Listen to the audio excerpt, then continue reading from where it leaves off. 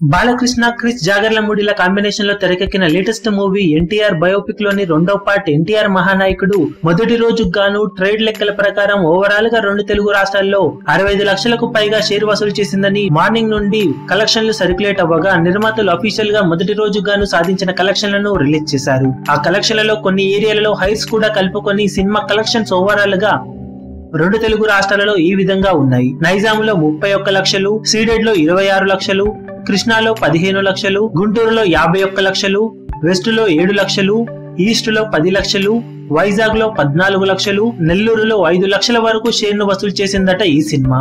దాంతో మొదటి రోజుకు గాను రెండు తెలుగు రాష్ట్రాలలో నిర్మాతల లెక్కల ప్రకారం ఎన్టీఆర్ మహానాయకుడు సినిమా 1.59 కోట్ల షేర్ ను వసూలు చేసిందని అనౌన్స్ చేశారు.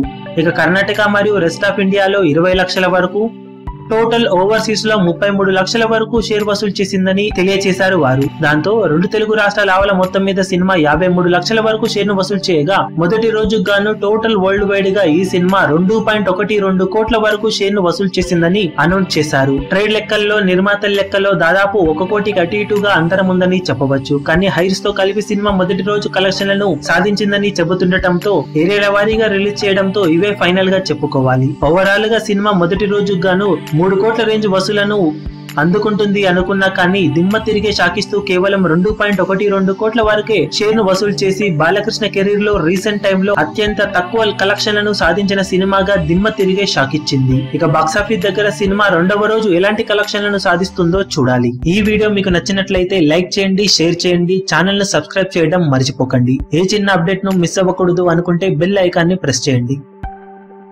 లేటెస్ట్ సినిమా అప్డేట్స్ కోసం, బాక్సాఫీస్ కలెక్షన్స్ రిపోర్ట్స్ కోసం మా అఫీషియల్ యూట్యూబ్ ఛానల్ ను సబ్స్క్రైబ్ చేసుకోండి. ఏ చిన్న అప్డేట్ ను మిస్ అవ్వకూడదు అనుకుంటే బెల్ ఐకాన్ ని ప్రెస్ చేయండి.